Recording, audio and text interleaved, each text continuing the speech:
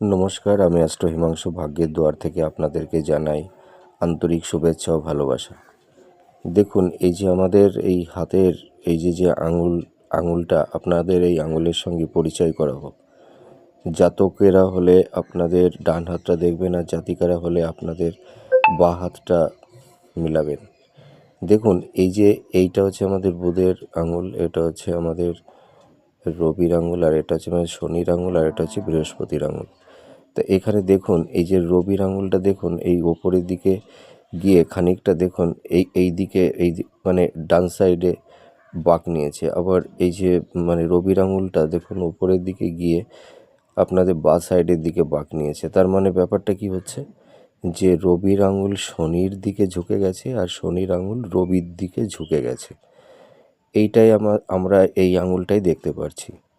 তাই এই যে আমাদের যখন কোনো মানে রবির আঙুলটা যখন কোনো শনির আঙুলের দিকে একটু ঝুঁকে যাবে, মানে ওপরের অংশটা, তাহলে কি হয়, রবির যে পজিটিভ মানে রবির যে মানে শুভত্ব, সেইটা কিছুটা অংশে মানে বিঘ্ন ঘটে।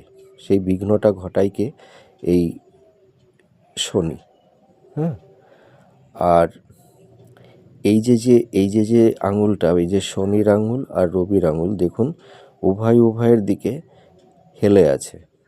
তা এই রকমের আঙুলগুলো থাকলে আমরা সাধারণত বুঝতে পারি এরা একটু মানে ধার্মিক প্রকৃতির হয়। এরা সৎ জীবনযাপন করে, সততাই এদের জীবনের প্রতীক। আর এরা মানে ঈশ্বরের প্রতি এদের একটা ভালো ভালো ভক্তি, নিষ্ঠা, হ্যাঁ, এই জিনিসটা কিন্তু এদের মধ্যে দেখতে পাওয়া যায়। আর এরা ঈশ্বরের উপরেই কিন্তু আস্থাশীল হয়ে থাকে। আর এদের আর একটা জিনিস আমি দেখাবো, আপনারা বুঝতে পারছেন কি না। দেখুন, এই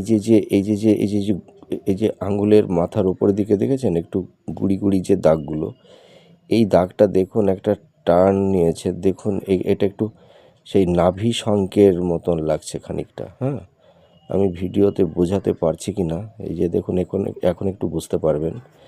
দেখুন এইখানটা একটু নাভি শঙ্কের মতন দেখাচ্ছে। এই ধরনের এটা থাকলে এরা ভীষণ মানে রোমান্টিক, আর্ট ওরিয়েন্টাল এদের মধ্যে লক্ষণীয়, আর এরা ভীষণ ভালো হয়। নমস্কার, ভালো থাকবেন।